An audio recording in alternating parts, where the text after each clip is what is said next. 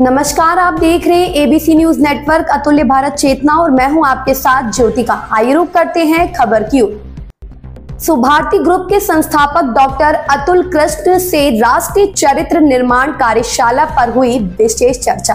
देखिए ABC news network अतुल्य भारत चेतना के लिए देहरादून से ब्यूरो चीफ आशा रावत की खास रिपोर्ट। आज हमारे साथ हैं सुभारती ग्रुप के संस्थापक डॉक्टर अतुल कृष्ण सर। आपकी एक संस्था है सनातन संगम न्यास, इसके द्वारा एक कार्यक्रम बहुत ही महत्वपूर्ण चलाया जा रहा है। राष्ट्रीय चरित्र निर्माण कार्यशाला का आयोजन जगह जगह किया जा रहा है। सर, इस विषय में बताएं हमारे दर्शकों को क्या कुछ कार्यक्रम है। जय हिंद आशा जी। देखिए, ये जो सनातन संगम के द्वारा हम लोगों का कार्यक्रम चल रहा है, ये दो दिशाओं में चल रहा है। एक तो हमारे चल रहा है कि हम इसमें जो हमारे युवा वर्ग के लोग हैं उनको हम चरित्र निर्माण की ओर प्रेरित कर रहे हैं कि जिसमें उनके राष्ट्रीय चरित्र का उनमें निर्माण हो सके। और दूसरा, हम एक सनातन शब्द की व्याख्या और सनातन धर्म की व्याख्या हम लोग कर रहे हैं, जिससे कि हमारे समाज के अन्य लोगों को, सभी लोगों को इस बात का पता चल सके कि सनातन है क्या। तो इस दिशा में दो हमारे कार्य चल रहे हैं। अब जहाँ तक हमारा चरित्र निर्माण का कार्यक्रम है, हम लोग विभिन्न विद्यालयों में जा रहे हैं और अभी हमारा टारगेट जो है वो 6ठी क्लास से 12वीं क्लास तक के बच्चों का है। हम उनको स्कूलों में जाते हैं और वहाँ जाकर उनको सबसे पहले तो ये बताते हैं कि उनमें यह आदत पड़े कि वो संबोधन के लिए, आपसी संबोधन के लिए वो जय हिंद का प्रयोग करें। क्योंकि जब वो जय हिंद का प्रयोग करेंगे तो स्वाभाविक है कि उनके मन में हिंद के बारे में सोच होगी, और हिंद मतलब राष्ट्र के बारे में। तो राष्ट्र के बारे में सोचने का उनको प्रतिदिन अनेकों बार ऐसा अवसर मिलेगा। और जिन स्कूलों में हम जा रहे हैं वहाँ भी हम प्रधानाचार्यों से, उनके प्रबंधकों से, उनके मालिकों से हम ये निवेदन कर रहे हैं कि वो अपने रोज़मर्रा के जो क्लास में उसमें भी बच्चों को ये कहें कि वो जय हिंद से अपनी हाजिरी के बारे में जब वो बोलते हैं तो वो जय हिंद करके बोले। तो एक तो सबसे पहला हमारा प्रयास ये है कि लोग जय हिंद की भाव को समझें। फिर हम बताते हैं कि जय हिंद कैसे बना। नेताजी सुभाष चंद्र बोस ने और आबिद हसन साहब ने मिलकर इसको बनाया और प्रचारित किया। तो इस भाव को हम लोग प्रचारित कर रहे हैं। दूसरा, हम बच्चों को चरित्र के बारे में बताते हैं कि चरित्र क्या होता है। तो चरित्र क्या होता है कि भाई बच्चा मधुर भाषा बोले, अपने माता पिता का सम्मान करे, अपने गुरुओं को सम्मान करे, सद्व्यवहार उसका हो, सद्विचार उसके हों, उनमें सेवा भावना हो, लोगों की मदद करे और मितव्ययी हो। ये सारे भाव जो हैं वो चरित्र के भाव हैं जो हम उनको बताते हैं। और चरित्र में और राष्ट्रीय चरित्र में अंतर इतना है कि जब हम वही चरित्र वाले भावों के साथ राष्ट्र को जोड़ देते हैं, यानी कि जब हमारी सोच, जैसे मैं उदाहरण देता हूँ कि हम बिजली बचाते हैं, तो हम बिजली इसलिए बचाते हैं कि हमारा बिल कम आता है। लेकिन अगर हम यही सोच अपनी थोड़ा राष्ट्रीय स्तर पर ले जाएं कि हम बिजली इसलिए भी बचाते हैं क्योंकि जब बिजली बचेगी तो हमारे देश के ऐसे बहुत से असेवित क्षेत्र हैं जहाँ पर अभी बिजली पूरी तरह नहीं जा पाती, कुछ घंटे ही आती है। बहुत सारे किसान हैं जो बिजली उनको समय से नहीं मिलती, बहुत सारे उद्योग हैं जिनको भी बिजली की आवश्यकता है। तो हमारी सोच ये हो कि जो हम बिजली बचा रहे हैं वो अपना बिल कम करने के लिए तो बचा रहे हैं, लेकिन उससे भी अधिक हमारी कारण ये है कि हम इस बिजली को हमारे देश के लिए इस्तेमाल होगी और हमारे देश के उन क्षेत्रों के लिए इस्तेमाल होगी जहाँ उसकी आवश्यकता है। तो इस तरह हम प्रयास करते हैं कि जो चारित्रिक मूल्य हैं उनको हम राष्ट्र स्तर तक उनको ले जाएं और लोगों में राष्ट्र भाव पैदा हो। इसके अतिरिक्त ये सबसे महत्वपूर्ण बात यह है कि हमारे आज की जनता को यह नहीं बताया गया कि हमें आज़ादी कैसे मिली। तो जो सबके दिमाग में ये है कि हमको बड़े आराम से बिना कुछ किए और अहिंसात्मक आंदोलन से हमको आज़ादी मिल गई, ये सच्चाई नहीं है। देखिए, जो भारत छोड़ो आंदोलन था वो तो 1942 में समाप्त हो गया था और उसके बाद 1942 से लेकर 1947 तक कोई आंदोलन नहीं हुआ। तो कैसे एकदम से अंग्रेज़ों को ये ख्याल आ गया कि भाई भारत को छोड़ के चले जाएं। और उस समय तो चूँकि भारत से तो हमेशा उन्होंने आर्थिक लाभ ही उठाया ना, संसाधनों को यहाँ पे चूसा है। तो वो ऐसे मौके पर जब उनको सबसे अधिक आवश्यकता थी भारत की, तो भारत को छोड़ के क्यों चले गए। तो ये हम बच्चों को भाव बताते हैं कि इसके पीछे जो कारण था वो हमारे क्रांतिकारियों के बलिदान थे और विशेष रूप से इंडियन नेशनल आर्मी के जो हमारे लोग थे, जवान थे, उनकी शहादत थी। नेताजी सुभाष चंद्र बोस के माध्यम से जो उन्होंने लड़ाई लड़ी भारत की स्वतंत्रता के लिए। अब कहने के लिए तो ये कहा जा सकता है कि वो आई है तो हार गई थी, तो INA जब हार गई तो यही तो सबसे बड़ी बात है कि जिस तरह से INA ने हार के भी भारत को जीत दिला दी।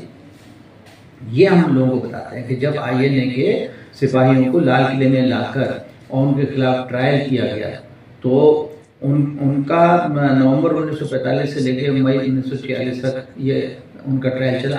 तब हमारे देशवासियों को और हमारे सेना के लोगों को इस बात का एहसास हुआ कि हमारे साथियों ने INA के माध्यम से कितना बड़ा सेक्रीफाइस किया, तो वो क्यों नहीं करें। तो तब उनमें राष्ट्र भाव पैदा हुआ और नतीजा ये हुआ कि हमारी इंडियन नेवी, हमारी आर्मी और हमारी एयरफोर्स वहाँ पर बगावत शुरू हो गई। तब अंग्रेजों ने ये महसूस कर लिया कि अब हम इस देश पे अपना कब्जा नहीं बना सकते। तो अगर सही मायने में देखा जाए तो हमारी आज़ादी जो थी वो क्रांतिकारियों के खून की कुर्बानियों से हमको मिली। तो ये बात हम अपने बच्चों को और हमारी जनता को बताना चाहते हैं, क्योंकि जब तक किसी चीज़ की कीमत नहीं पता होगी तब तक हम उसको समझेंगे नहीं। तो हमारे में राष्ट्र भाव तभी पैदा होगा जब हम ये समझेंगे कि हमारी आज़ादी बहुत कीमती है, बेशकीमती है, ये आसानी से हमको नहीं मिली। तो ये भाव हम लोगों उन बच्चों में पैदा कर रहे हैं। अब ये कहना तो बड़ा आसान है कि भाई चरित्र का विकास करो, तो हमने उसका फॉर्मूला भी दिया है। जैसे कि हमने उनको कहा कि विद्यार्थियों के लिए हमने चतुर्शील का सिद्धांत दिया है। और चतुर्शील का मतलब है कि आप सम्यक अहिंसा का पालन करें। तो सम्यक अहिंसा मैं स्पष्ट कर दूं, सम्यक अहिंसा ये है कि अहिंसा वाली नहीं कि कोई आपके गाल पे चांटा मार दे तो आप दूसरा गाल सामने कर दें। ये अहिंसा नहीं होती है, ये कमजोरी होती है। शक्तिशाली बनो पहले, और फिर अगर कोई आपके फिर भी हिम्मत कर जाए आपके चांटा मारने की तो उसको उसी रूप में जवाब दो। यहाँ हम ये स्पष्ट करते हैं कि चांटा मारने का उद्देश्य माता पिता का, गुरु का, आपको कुछ सिखाने का होता है। लेकिन ये जो हम बात बताते हैं कि अगर कोई दुष्ट आदमी आपको नुकसान पहुंचाने के लिए आप पे प्रहार करता है तो आप उसको, अहिंसा का मतलब ये नहीं कि उसको स्वीकार करना नहीं होती है, ये कमजोरी होती है। शक्तिशाली बनो पहले, और फिर अगर कोई आपके फिर भी हिम्मत कर जाए आपके चांटा मारने की तो उसको उसी रूप में जवाब दो। यहाँ हम ये स्पष्ट करते हैं कि चांटा मारने का उद्देश्य माता पिता का, गुरु का, आपको कुछ सिखाने का होता है। लेकिन ये जो हम बात बताते हैं कि अगर कोई दुष्ट आदमी आपको नुकसान पहुंचाने के लिए आप पे प्रहार करता है तो आप उसको, अहिंसा का मतलब ये नहीं कि उसको स्वीकार कर लें। तो सम्यक अहिंसा हम उनको बताते हैं। फिर हम बताते हैं कि सच बोलो, झूठ नहीं बोलना चाहिए। फिर हम उनको ये भी बताते हैं कि चोरी नहीं करनी चाहिए और नशे से दूर रहना चाहिए, क्योंकि नशा जो है वो आजकल के छात्रों में, युवा वर्ग में बहुत बुरी तरह फैल रहा है। तो नशे के दुष्प्रभाव क्या होते हैं उसके बारे में हम उनको जानकारी देते हैं। फिर हमने एक और फॉर्मूला अपने बच्चों को दिया है, एक मूल मंत्र दिया है जिसको हम सप्तांगिक मार्ग कहते हैं। कि सप्तांगिक मार्ग क्या होता है कि सबसे पहले तो जब हम सुबह उठते हैं तो हम दिन भर हमें क्या करना है, तो हम एक संकल्प लें कि हमें अच्छे काम करने हैं। और फिर हमारी जो देखने की और इंटरप्रिटेशन की जो दृष्टि है वो हमारी सम्यक हो, सही हो। ऐसे ही हमारी वाणी सम्यक हो, मधुर हो। और जो हम दिन भर काम करते हैं वो हमारे सम्यक हो, उसके पीछे राष्ट्र भाव हो। और इसी प्रकार आज की तारीख में जैसे हम देखते हैं कि बच्चों में ये मोबाइल की बहुत प्रचलन हो गया। पहले तो स्कूल चले जाएंगे, फिर आएंगे घर पे, फिर मोबाइल हो जाएगा, फिर कुछ ट्यूशन के लिए मास्टर जी आ जाएंगे। तो उनका जो फिजिकल एक्टिविटीज़ है वो नहीं होती, और व्यायाम जो नहीं होता, तो बिना व्यायाम के कैसे शरीर बलिष्ठ होगा। तो हम व्यायाम करने के लिए भी उनको प्रेरित करते हैं कि आप व्यायाम करके अपने शरीर को बलिष्ठ बनाइए। और फिर हम उनको बताते हैं कि भाई जो दिन भर आपने अच्छा भी देखा, बुरा भी देखा, अच्छा भी किया, बुरा भी किया, तो उसमें अच्छी बातों का आप स्मरण करें। और इन सब चीज़ों के बारे में ये देखा गया है कि बच्चों को अगर शुरू से ही थोड़ा मेडिटेशन की और साधना की आदत पड़ जाएगी तो ये सब जो हमारे चारित्रिक मूल्य हैं ये बहुत आसानी से उनमें विकसित होते हैं। तो उसके बारे में थोड़ा उनको बताते हैं। तो एक रूप में हम लोग बच्चों में, युवा वर्ग में राष्ट्रीय चरित्र निर्माण की हम लोग प्रयत्न कर रहे हैं कि उनमें राष्ट्रीय चरित्र निर्माण हो। तो दूसरी बात हम उनको सनातन के बारे में बताते हैं कि सनातन का अर्थ क्या है। देखिए, सनातन में मेरा कहना यह है कि सनातन का अर्थ किसी मूर्ति पूजा से या किसी धर्म विशेष से नहीं है, ये लौकिक व्यवहार से संबंध रखता है। और लौकिक व्यवहार हमारा क्या है? प्रेम, करुणा, मैत्री, समानता, सद्भावना और समन्वय। ये जो 6 अवयव हैं ये मिलकर सनातन बनाते हैं।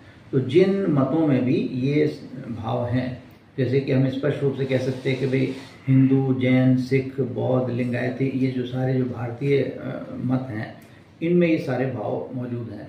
तो ये सारे के सारे सनातनी हैं। तो अगर हमें इस देश की रक्षा करनी है, देश की संस्कृति की रक्षा करनी है, तो हमें सनातन को भी समझना होगा और सनातनी जितने भी ये मत हैं उनको एकजुट होना होगा।